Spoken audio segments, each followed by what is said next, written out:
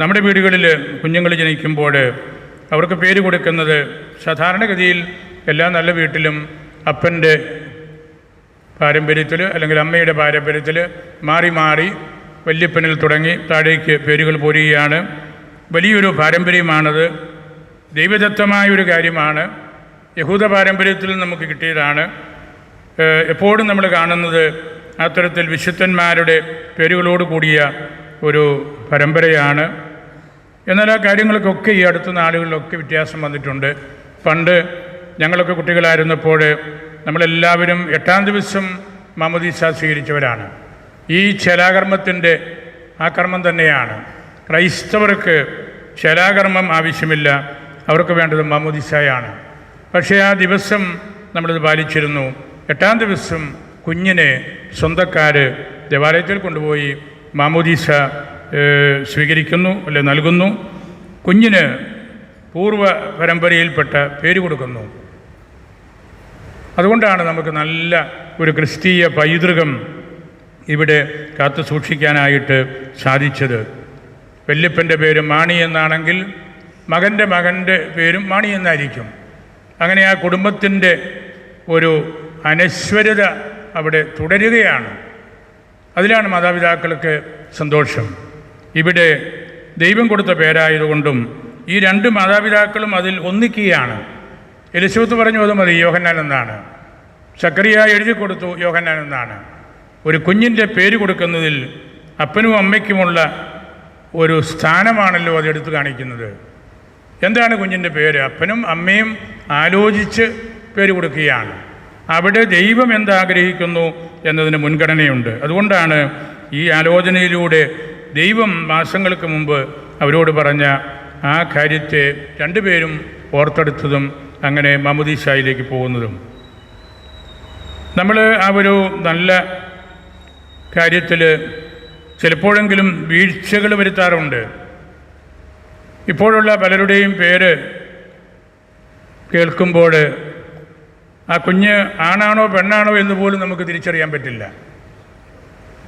മത്തായി എന്ന് പറഞ്ഞാൽ നമുക്കൊരു സംശയവും വേണ്ട, ഏലി എന്ന് പറഞ്ഞാൽ ഒരു സംശയവും വേണ്ട. പക്ഷേ അല്ലാത്ത പേരുകളെല്ലാം വരുമ്പോൾ നമ്മളൊരു വിശുദ്ധമായ പൈതൃകം വെറുതെ തമാശന് കളയുകയാണ്. 2 അക്ഷരത്തിലുള്ള പേര് വേണം. എത്ര കുട്ടികളുണ്ടായെങ്കിലും 2 അക്ഷരത്തിലുള്ള പേര് വേണം. പിന്നീട് ഒരു തലമുറ കഴിയുമ്പം ഈ കുഞ്ഞ് ആരുടെ മകനാണ്, ഇതിൻ്റെ പാരമ്പര്യം എന്താണ്, ഇവൻ്റെ അപ്പനാരാണ്, ഇവൻ്റെ വല്യപ്പനാരാണ്, ഇതൊന്നും നമുക്ക് തിരിച്ചറിയാൻ പറ്റാത്ത വിധത്തിൽ നമ്മൾ കണ്ട സിനിമാ പേരുകളും ഓമനപ്പേരുകളും, വീട്ടിൽ വേറൊരു വിളിപ്പേര് കൊടുക്കുന്നതിന് കുഴപ്പമൊന്നുമില്ല. പക്ഷെ നമുക്ക് നമ്മുടെ കുടുംബത്തിൻ്റെ, നമ്മുടെ മാതാപിതാക്കളുടെ പരമ്പരയിലുള്ള നല്ല പേരുകൾ, അത് വിശുദ്ധന്മാരുടെ പേരാണ്, സുവിശേഷകന്മാരുടെ പേരാണ്, രക്തസാക്ഷികളുടെ പേരാണ്. അങ്ങനെയുള്ള പേരുകൾ മാമോദീസയിൽ കൊടുക്കുകയും സാധിക്കുന്നിടത്തോളം അത് വിളിപ്പേരായിട്ടുകൂടെ എടുക്കുകയും ചെയ്യുമ്പോഴാണ് നമ്മൾ ക്രൈസ്തവരായിട്ട്, നസ്രാണികളായിട്ട്, സുറമലബാർ സഭക്കാരായിട്ടൊക്കെ നമുക്ക് ജീവിക്കാൻ പറ്റുകയുള്ളൂ. വിളിപ്പേര് വീട്ടിലായിക്കൊള്ളട്ടെ, അതിന് ഞാൻ തടസ്സം പറയുന്നില്ല. നമുക്ക് അങ്ങനെയുള്ള കാര്യങ്ങളിലൊക്കെ വീഴ്ചകൾ വരുന്നുണ്ട്. നോമ്പ് വരുമ്പോഴോ നോമ്പൊന്നും വേണ്ട, കൊച്ചല്ലേ, അവന് കോഴി തന്നെ പുഴുകി കൊടുക്കാം, അപ്പന് പ്രായമായല്ലോ, പോത്തിറച്ചി മേടിച്ച് കൊടുത്തു കളയാം. ഇതൊന്നും ഒരു കാര്യമൊന്നുമില്ലെന്നേ. 2 ആഴ്ച അപ്പനും കുഞ്ഞുമൊക്കെ പച്ചക്കറിയൊക്കെ കഴിച്ചിരുന്നാലൊന്നും ഒന്നും സംഭവിക്കാൻ പോകുന്നില്ല. കുറച്ചുകൂടെ നല്ല ആരോഗ്യം കിട്ടുകയുള്ളൂ.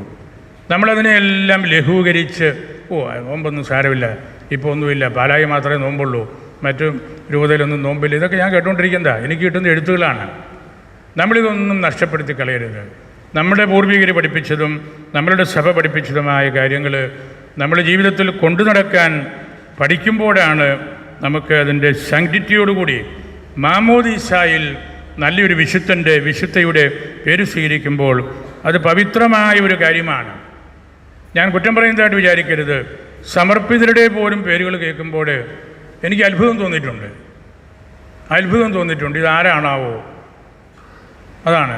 അങ്ങനെ കൈവിട്ടു പോവുകയാണ്, നമ്മൾ കണ്ണടച്ച് കളയുകയാണ്, നല്ല പാരമ്പര്യങ്ങളൊക്കെ എടുത്ത് വലിച്ചെറിയുകയാണ്. ലോകത്തിൻ്റെ പരിഷ്കാരത്തോട് ചേർന്ന് നമ്മുടെ കുഞ്ഞുങ്ങളെയും നമ്മുടെ സമർപ്പിതരെയും നമ്മുടെ കുടുംബ ആചാരങ്ങളെയും സഭയുടെ ആചാരങ്ങളെയും എല്ലാം നമ്മൾ എടുത്തു കളയുകയാണ്. അതുകൊണ്ട് നമ്മൾ വളരെ ശ്രദ്ധിക്കണം.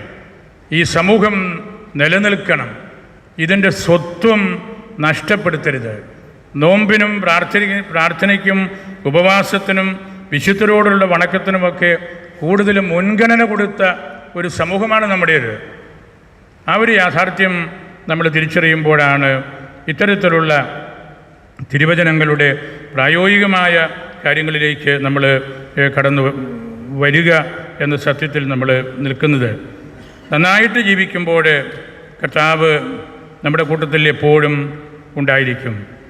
കർത്താവിൻ്റെ ആ ഒരു മഹത്വമാണ് നമ്മൾ കൂട്ടത്തിൽ കൊണ്ടുനടക്കേണ്ടത്. നല്ല പേര് പറയുമ്പോൾ നാവിൻ്റെ കെട്ടഴിയും. സക്കറിയായ്ക്ക് അതാണല്ലോ സംഭവിച്ചത്. എൻ്റെ മകനെ യോഹന്നാൻ എന്ന് പേര് പെടണം, ദൈവം കൃപയായിരിക്കുന്നവനെന്നുള്ള പേര് കൊടുക്കണം എന്ന് അദ്ദേഹം എഴുതി കൊടുത്തപ്പോൾ ആ പേര് എഴുതിയപ്പോൾ നാവിൻ്റെ കെട്ടഴിഞ്ഞു.